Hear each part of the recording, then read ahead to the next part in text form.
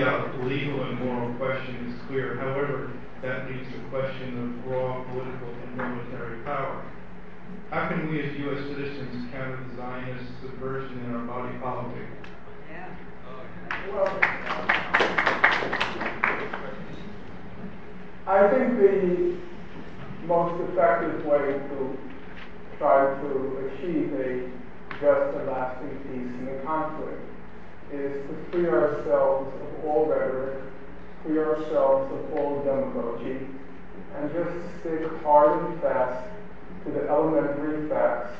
People are perfectly capable of grasping facts, reasoned argument, documented information, and I'm not nearly as pessimistic as you, but we have to be, I think, two things. We have to make a maximum effort to be reasonable, and secondly, we have to make a maximum effort not to engage in rhetoric or demagogy such as Zionist subversion. I just don't think that's particularly useful.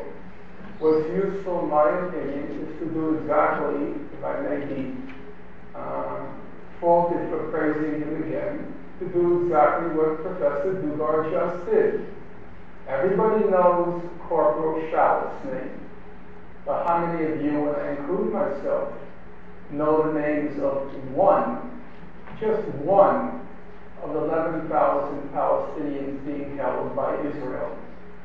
If you read their wretched and disgusting report that was put out recently by the Europeans, they go through the issue of the administrative detention and the treatment of the Palestinians under detention. And then what does it do?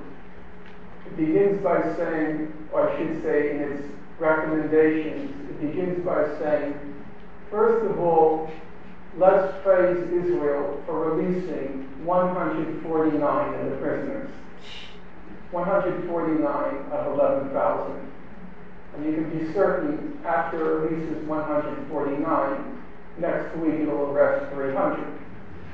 And then secondly it says, we have to release Corporal Shallot. Now, that's wretched. That's so grossly hypocritical. And I think with a certain amount of common sense and dignity and intelligence to recite the facts, Professor Dugard mentioned the ICRC said Gaza is still under occupation. Even Human Rights Watch, if you look at its reports right after the so-called withdrawal from Gaza, Human Rights Watch wrote in its annual report, Gaza remains under effective Israeli control and occupation. There was no dispute in the international community. What happened in Gaza? The settlers left, the Israeli army redeployed on the periphery of Gaza.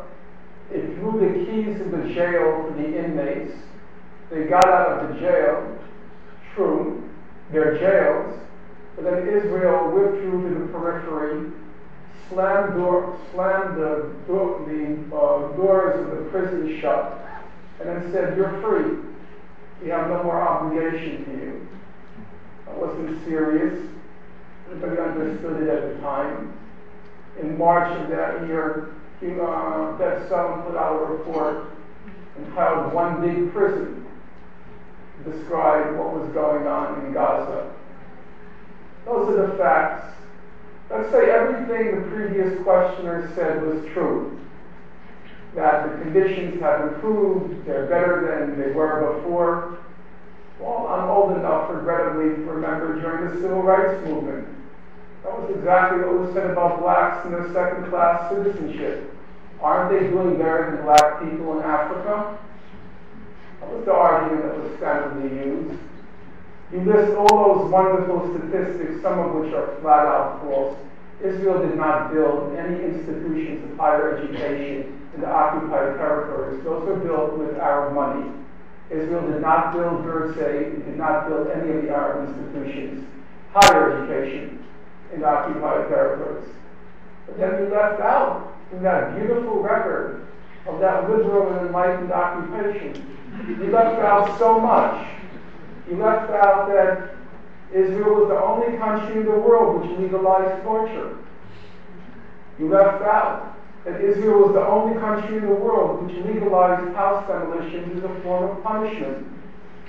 You left out that Israel was the only country in the world which legalized hostage taking, or as the Chief Justice of the court called it, taking of bargaining chips.